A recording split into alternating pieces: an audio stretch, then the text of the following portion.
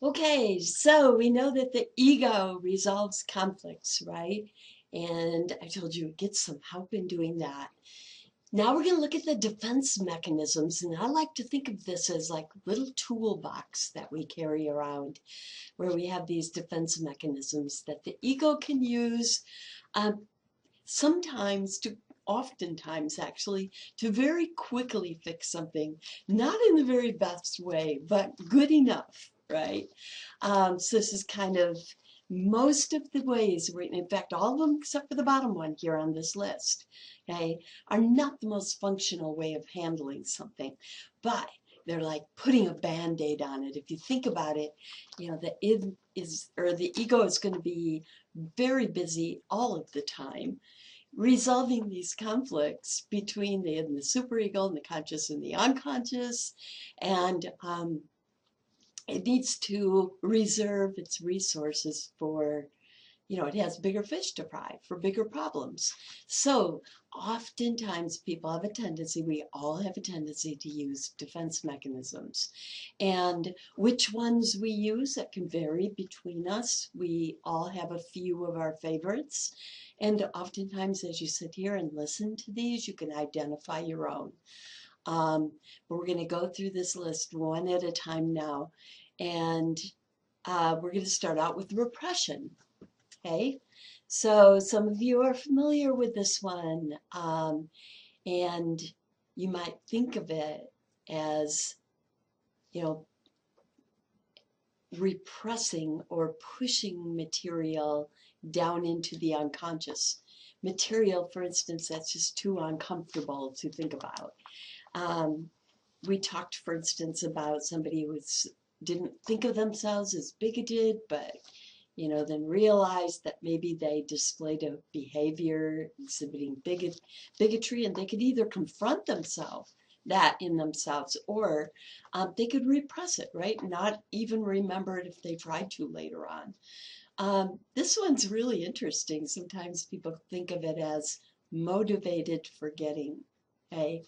What's really interesting about this is that this doesn't usually happen. In fact, you tell me what happens if you try not to think about something.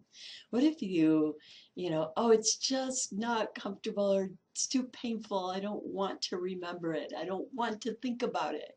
What happens? That's all you can think about, right? So usually we see the opposite. If people try not to think about something, um, it actually becomes what we call hyper accessible. Okay? But there's no denying that sometimes this really does happen, repression. Okay? So pushing something down into the unconscious, you're not able to remember it.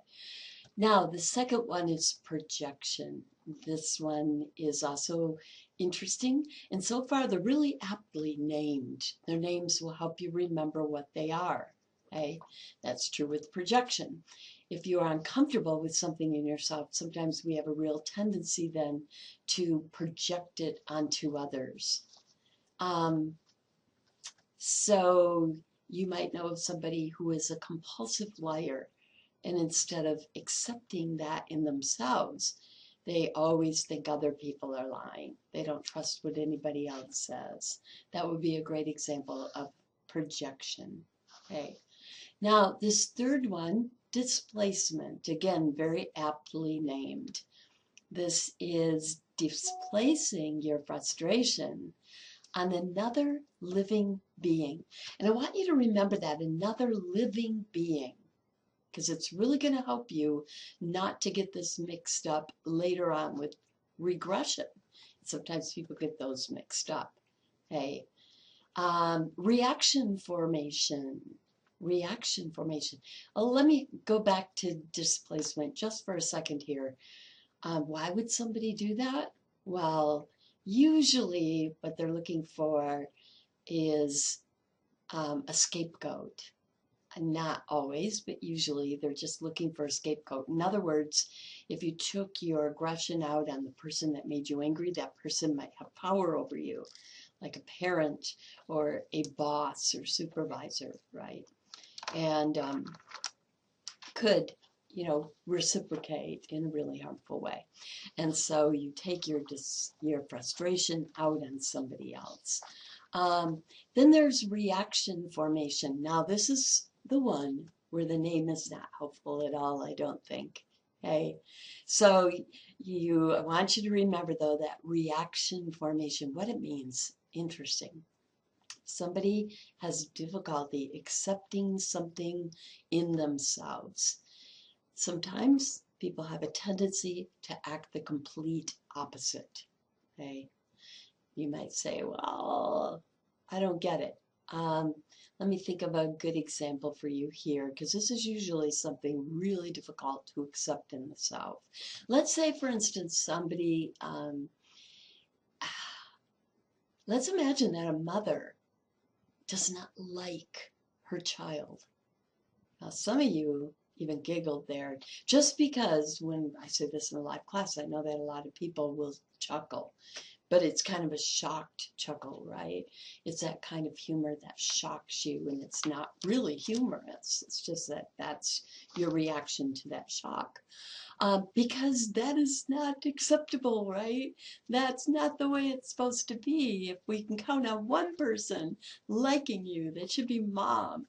But here's the deal. You can imagine that if that really were the case, that is something that the mother may not be able to truly accept about herself, but instead she might actually treat that child as her very favorite.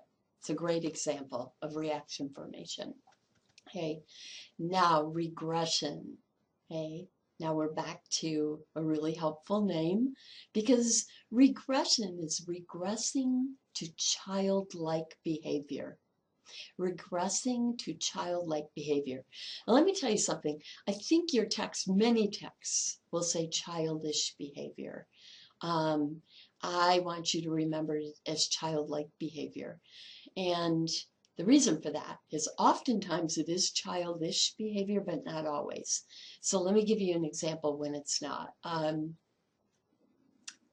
many of you have watched I Love Lucy reruns and are familiar with that show?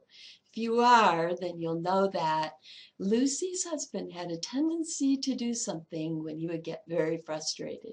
He would have a tendency to start what? He had a tendency to start speaking in Spanish. And so for him, that was a childlike behavior, because that was his first tongue. That was the tongue he spoke when he was a child, the language that he spoke as a child.